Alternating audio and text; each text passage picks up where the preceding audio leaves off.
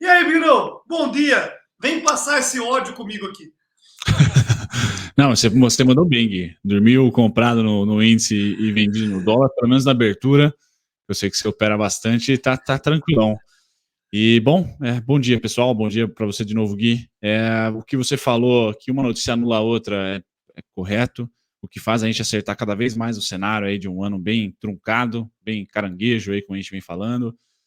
Se nós tivemos ontem notícias positivas da China em relação à pandemia, que é o principal driver em 2022, segundo trimestre chinês, é a pandemia, como é que está lá a política e os novos contágios e tudo mais. Bom, as notícias vieram positivas, o que forçou os integrantes de mercado a especularem comprados em commodities, então o movimento foi muito forte em commodity nesse overnight, na madrugada, tanto o petróleo subindo mais de 4%, quanto a minério de ferro subindo mais de 4%. Então é um call Brasil ganhando força durante a noite, tá? E que durante a manhã, ou alguns minutos antes da gente entrar aqui no Morning Call, ficou um pouquinho, vamos dizer assim, chateado por causa da inflação acima. Mas, pessoal, bolsa não é PIB, então a inflação é ruim para a nossa economia. Agora, para a Bolsa, a gente vai ter hoje Vale se recuperando e vai ter hoje Petrobras e o setor petroleiro continuando numa boa. Tá? Então é difícil vender Bolsa hoje.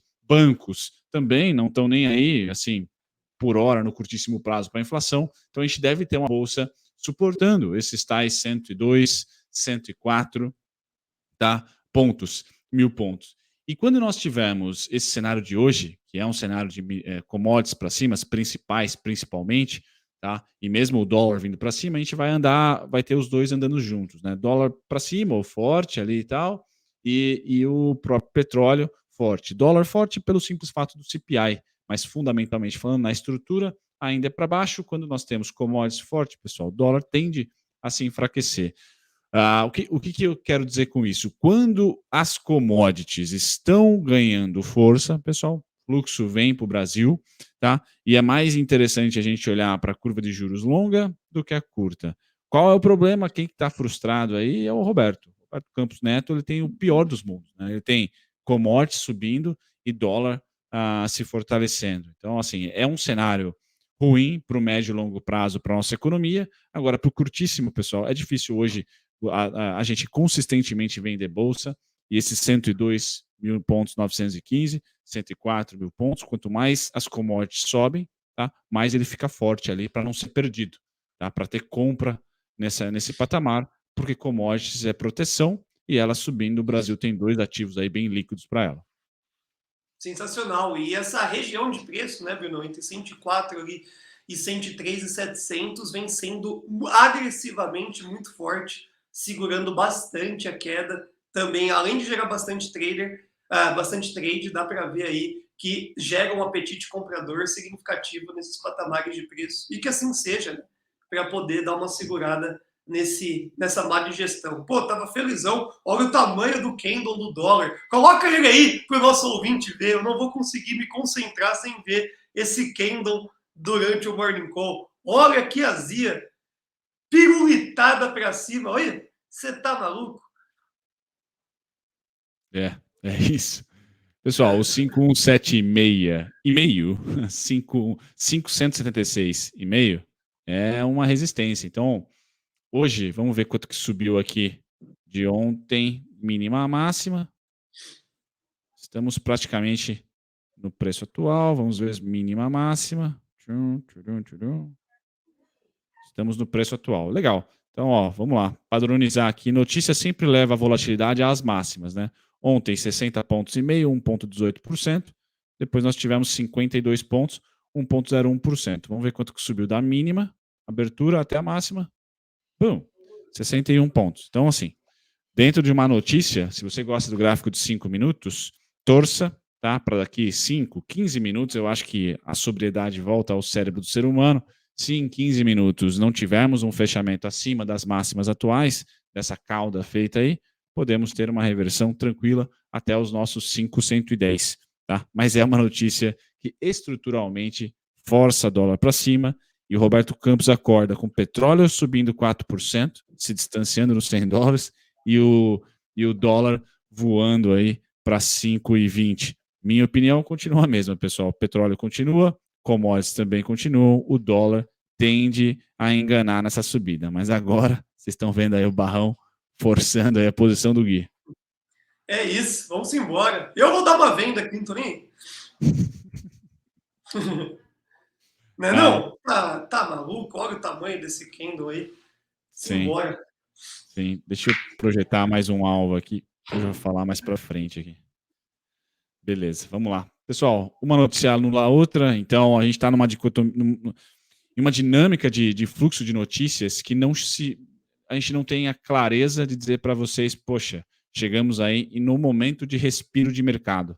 Hoje, antes de entrar no Morning Call, eu estava fazendo um estudo aqui do ouro e estava dizendo, pessoal, o ouro talvez seja o melhor ativo para maio.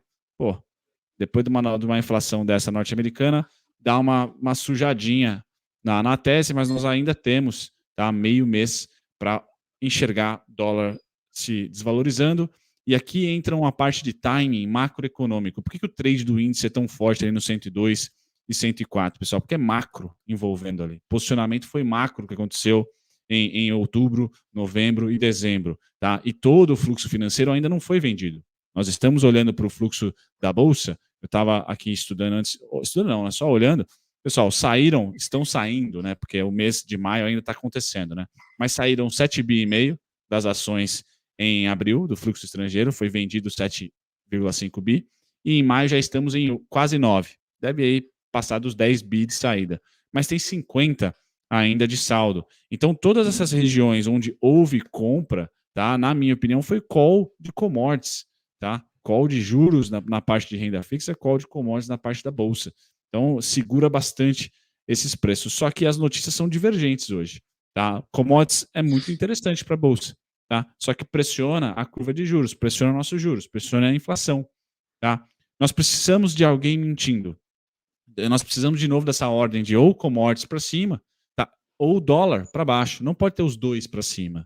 Tá? Assim como os dois para baixo é péssimo. Tá? Os dois para cima também. Então a gente tem que ter essa dinâmica contrária para conseguir enxergar para o Brasil, pô, agora está na hora, está na parte boa para o exportador, agora está na parte boa para o importador. Não, tá só exportação interessante, logo a inflação aqui para nosso consumo doméstico está péssimo. Então nenhuma notícia, tá, ou todas as notícias não estão caminhando para o mesmo lado.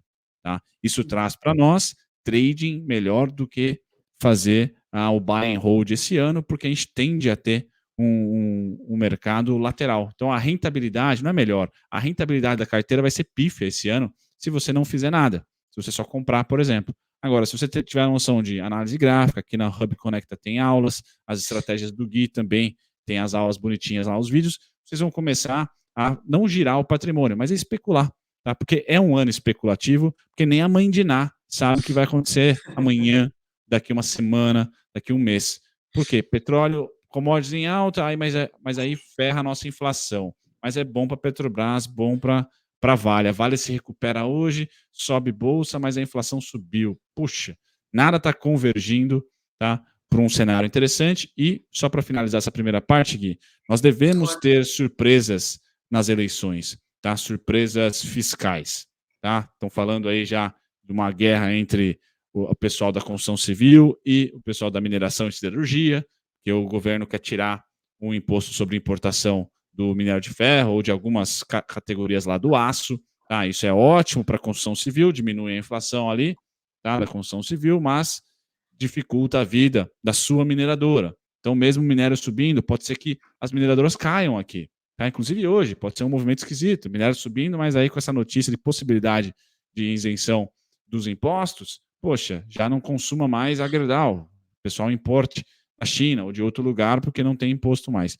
Então, é um momento de se especular e de não ainda montar posições, porque a gente não tem muita clareza aí para o trimestre, a não ser, de novo, a gente mantém aquele mamãe e papai, bancos, utilidade pública, tá? Commodities, eu diria que você está sendo agressivo. Bancos e utilidade pública, você está sendo conservador se você gosta de renda variável. Bom, petróleo hoje, pessoal, está lateral entre 104 e 110 dólares, o que é uma região que quase o Roberto Campos está contente. Tá? Mas ele acordou feliz porque a China me parece que vai voltar aí a sua estabilidade na sociedade em relação à convivência com o vírus, tá? Meu cenário, pessoal, continua. Petróleo a $86. Esse é meu cenário, tá? Mas é só eu que tá falando isso. Eu tô pró Roberto Campos. O petróleo a $86 é aquele sweet spot lá. É bom a Petrobras, bom para nossa bolsa e bom para nossa inflação. Dólar a 5,60, quem sabe 5,27 lá que é o ao final, bom para exportador, bom para importador, bom para bolsa, bom para economia. Então tem ali valores neutros, tá? Que a gente vai falar, pessoal, agora a gente tem clareza para recomendar aqui um ativo ou outro.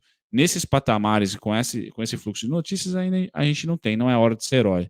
Então petróleo acordou feliz, minério de ferro acordou feliz, os dois subindo 4%, tá certo? Os dois subindo 4%. Então é um dia que a gente tende a ter as blue chips se valorizando e as small caps talvez sofrendo um pouquinho mais, coisa que eu tenho para o mês de maio, um cenário positivo para as small caps, tá? Quem está se valorizando também? VIX, pessoal. Então o VIX não sai dos 30, tá? Tá a 34, está subindo hoje 3%. Tá? Então a inflação fez esse cara subir. Ele estava caindo, fez esse cara subir. Tá? Olha o patamar, está nos mesmos patamares do começo da guerra. Então a gente está em guerra. Para o mercado financeiro, a gente está em guerra, assim, entre aspas, tá? Não é um momento de clareza nenhum aqui. Tá? Isso aqui é o índice do medo, tá nas altas mais fortes aí, como se fosse também a pandemia. Tá? Então é um momento muito delicado e que entre o pregão, vocês têm percebido, o Morning Call, eu e o Gui falamos uma coisa aqui, aí de repente, no meio do pregão, solta uma notícia ou tem algum fato, pum, a tese já se inverte. Tá? Saindo do VIX, eu venho aqui para a curva de juros, pessoal, que estava caindo. Esse candle azul que vocês estão vendo agora, tá? Curva de juros 10 anos americana, estava para baixo. Aí eu falei, pô, é ouro, é ouro, é ouro. Voltou a subir com a notícia da inflação. Qual que é a tendência? Fechar. Tá? Eu ainda tenho o call que o ouro vai ser interessante para mim esse final de mês de maio, que as small caps vão dar uma respirada, tá? E que o petróleo vai ceder. Tá? O petróleo vai ceder e as sanções da Rússia vão cada vez mais perder força, tá? Porque não se dá ali, acho que o prejuízo é maior do que o ônus, tá? O bônus, perdão. Então, é a tese minha, mas hoje é um dia que vem tudo oposto, tá? A nossa curva curta, pessoal, testando, tá? Vim aqui, teve um bebê abandonado ontem, tá? Foi um dia azul, mas já menor do que o dia anterior, tá? Hoje, testando a nossa linha aqui, ó, que eu comentei para vocês.